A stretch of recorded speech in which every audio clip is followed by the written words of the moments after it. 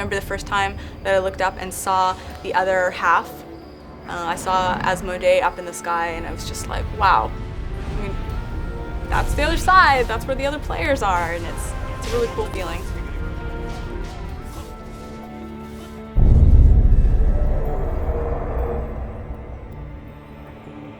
I am Lanny, also known as Liv.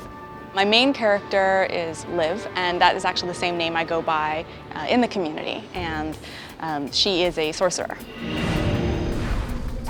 I am many people in game. I really try to play as many characters and classes as I can, just because I get asked so many questions every day about all of them.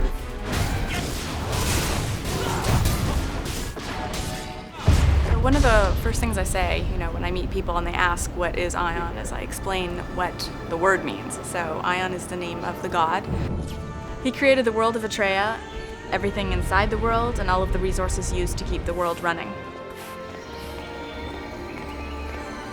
Aion is an extremely cool fictional world that's been torn in half. We create this rich, unique, ethereal world where we have these two races struggling against each other. And a third evil faction as well.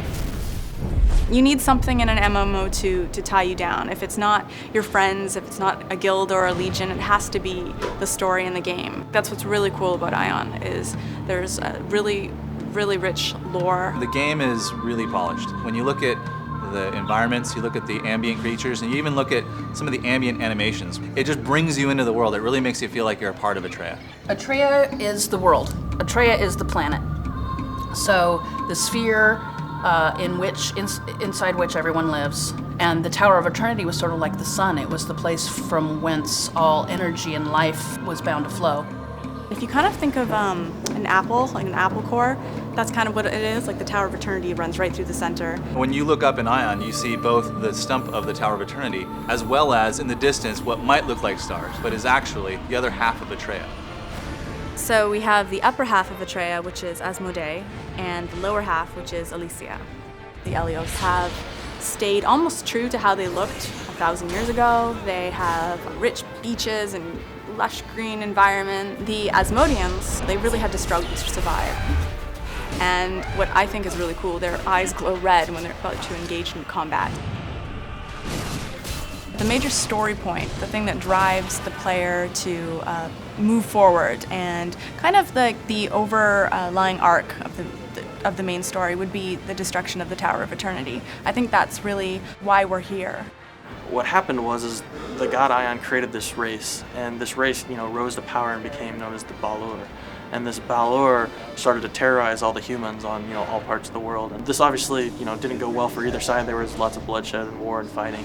When that battle occurred and the tower was shattered, thousands of years went by where they had no idea that the other side had survived, and they started to evolve differently. That's when they rediscovered each other in the Abyss. That is in the center of the planet, and that is home to the Valor, and they are AI-controlled faction. We have the three factions, the Asmodeans, the Elios, and the Valor, all together in the Abyss, fighting for eternal power. What Aion does really well is it gives you a sense of purpose, and it makes you feel like you do have an impact in this world of Atreia. When the player begins playing, there's a sort of a mystery about where they came from and what their destiny might be. And it doesn't take long before they realize that they are destined to ascend and become a Deva and fight in this sort of holy war. You actually go through a process called Ascension. And Ascension is this awakening inside of you that happens through a life-altering event. The best part of this is that you actually earn your wings and the ability to fly. You learn you're immortal and you get wings. It doesn't get much better than that. We have this element of flight in the game. Flight, it's added an entirely new dynamic to battle. There's a lot of strategy that's involved with flight. A new way of getting around in the world that MMOs haven't been able to do to this point. The feeling of being in the air and flight is, pretty much unmatched in any MMO out there. You do start off with a basic set of wings, and they're white on the Elios side and black on the Asmodean side.